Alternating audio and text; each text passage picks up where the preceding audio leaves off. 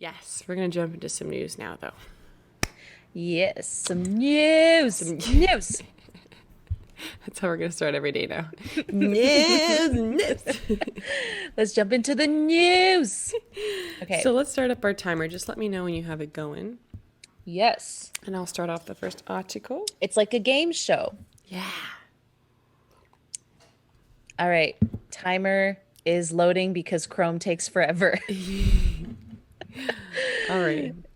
So, yeah, just jump into it. I'll hit the timer. No worries. So what we're going to talk about, first of all, is SZA is calling out Hostile record label for holding up her new music. So more than 3 years later, after SZA released her debut album Control, which was plagued by delays since 2015, she's addressing the delays behind the actual follow-up music. So she actually quoted, "At this point, y'all gotta ask Punch." She wrote in a tweet, "I've done all I can do. Punch is the rapper who serves as president of Top Dog Entertainment, which is SZA's label, which is also known for working with people like Kendrick Lamar, Schoolboy Q, and J-Rock." One fan actually asked Punch about releasing SZA's new music through Instagram comments, and he replied, "Soon." This is all he said. He has said to me as Soon? well. That's said it? SZA. Yeah. She said, "Welcome to my effing life." Another fan replied to her initial tweet saying, "Would you say this is an adverse or hostile relationship or just out of your hands? Equals, you don't know." So SZA answered, "Being hostile." So it sounds like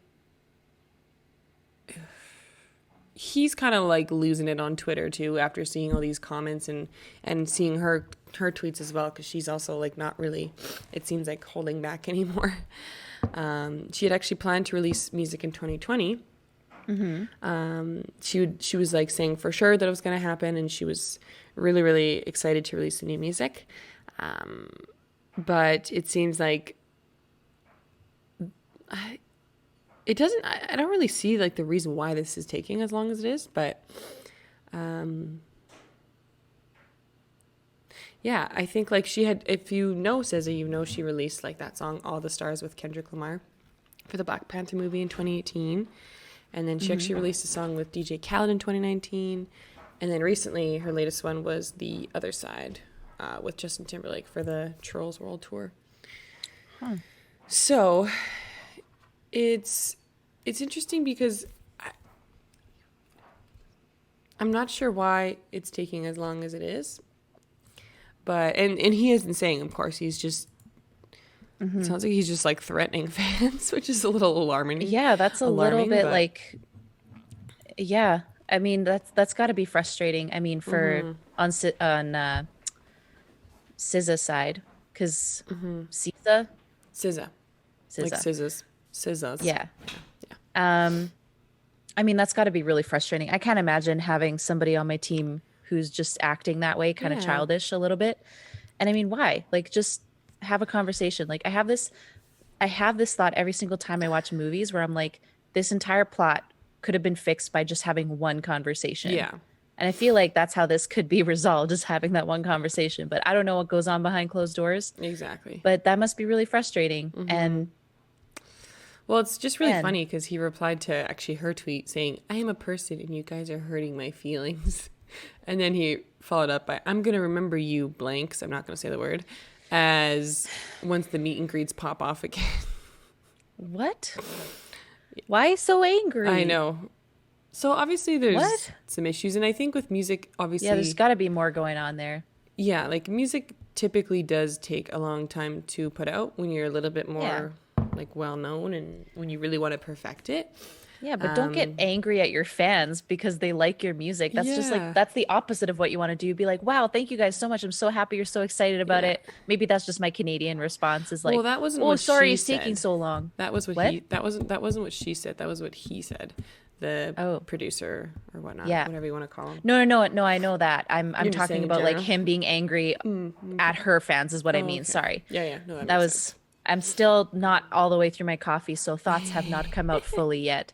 But yeah, that's what I meant. Is like if anyone on my team was getting mad at my fans, I'd be like, "Yo, stop Yeah. first, please, because you're just going to ruin this." Well, it's a little unbelievable how many artists are on labels and this is why people hate labels because of these exact reasons. But It's interesting to see how many artists can get screwed by, just the waiting process and just by people in the team just for whatever reason not following through, right? And Yeah. just Well, and this isn't the first time we've seen something like this. yeah. I mean, we've seen lots of artists get screwed over by their labels before. And I mean, as you said before, this is why a lot of artists tend to not sign with a label. Yeah. Because sometimes it can get a little bit messy. And, if someone else is basically holding the strings for you, you got to do what they say. And so it's tricky when you're like, I need to keep a good relationship with my fans. The label's like, no. And you're like, Psych. what? You can't. I mean, Sarah Bareilles is a great example. She wrote a whole song. She wrote a hit song because her label was telling her to do something she didn't want to do. And then she ended up making a lot of money on Love Song. It's great. She's so like, great. Yeah. So did she do that twice? I thought no, there's someone artist that did the same thing. Somebody else did that too. I don't remember who. I can't remember the top of my head, but but yeah, SZA, I hope you're doing okay, and I'm sorry that this is happening, and I hope it all works out, and that you put out the songs, and album songs, it's to coffee.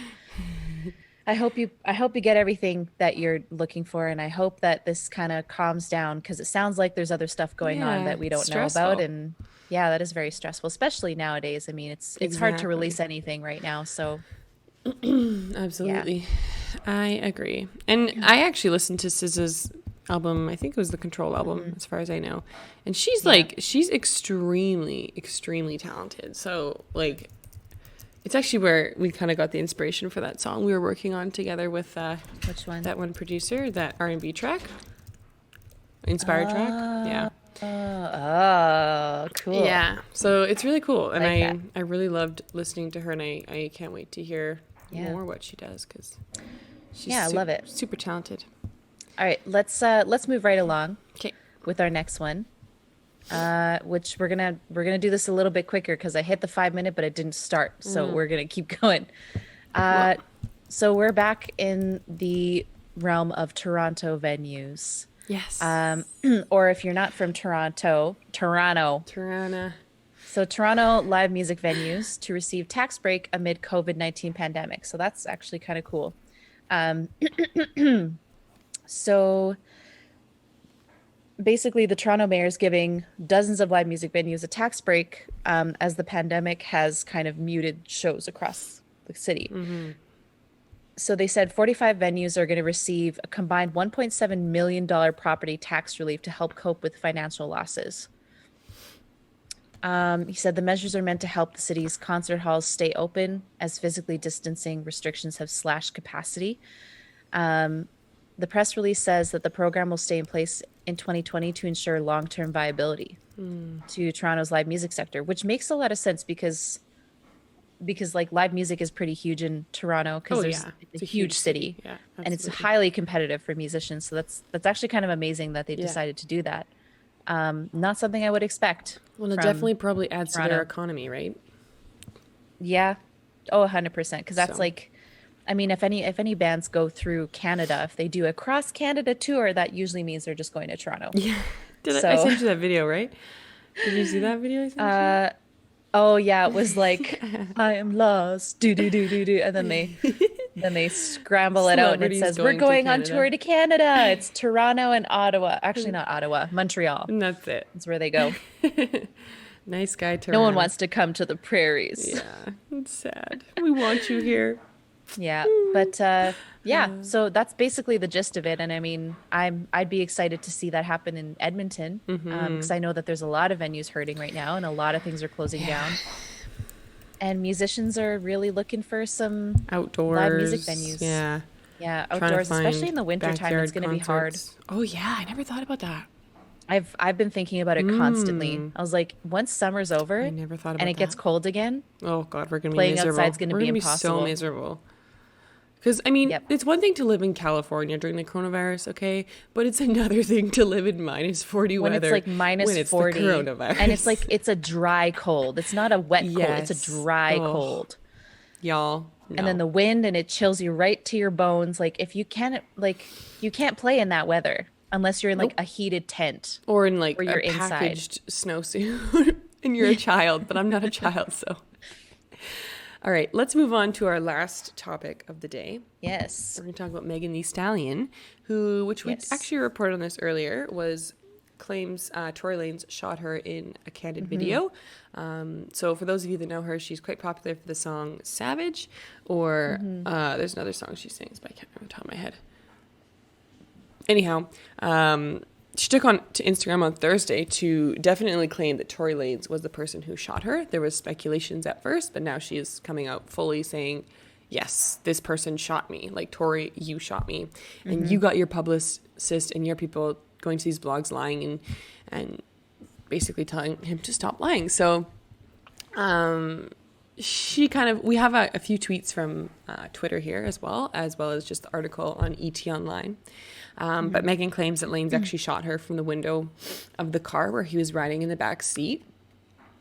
And Megan was actually withheld information about the gun from the police and the hospital staff. So, the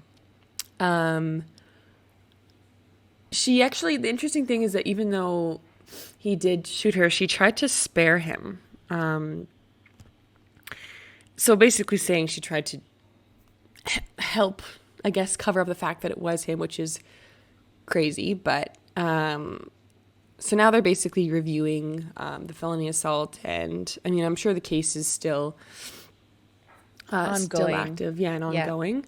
But she did share some photos of like right after the accident what her foot looked like, and she actually had to get surgery to remove this bullet. And people are kind of like claiming like, oh, you're lying, but she was saying like, she's like, why would I lie about being shot? Yeah. Like, and it's the whole thing of people were like, well, you're not hurting enough. Well, what do you mean she's not hurting enough? She got shot. She literally got shot in the foot. Literally. Yeah. It's like, and we could get into the whole conversation about people not believing women, but that's going to be a very longer than 5-minute conversation. And y'all are going to leave because you're going to feel uncomfortable. Yeah. Just saying. Oh. I might move to check, says Mr. Sam. You should do it. All right, yes. So I'm just going to go over to her Twitter really quick. I just want to see. Yeah, so... You want to see the pictures? I'd rather not see the pictures because I will pass out probably. Well, the photo is just of her leg actually getting worked on. You can't actually see anything. Yeah. Well, because the article said graphic photos of her feet. So I was like, I don't know.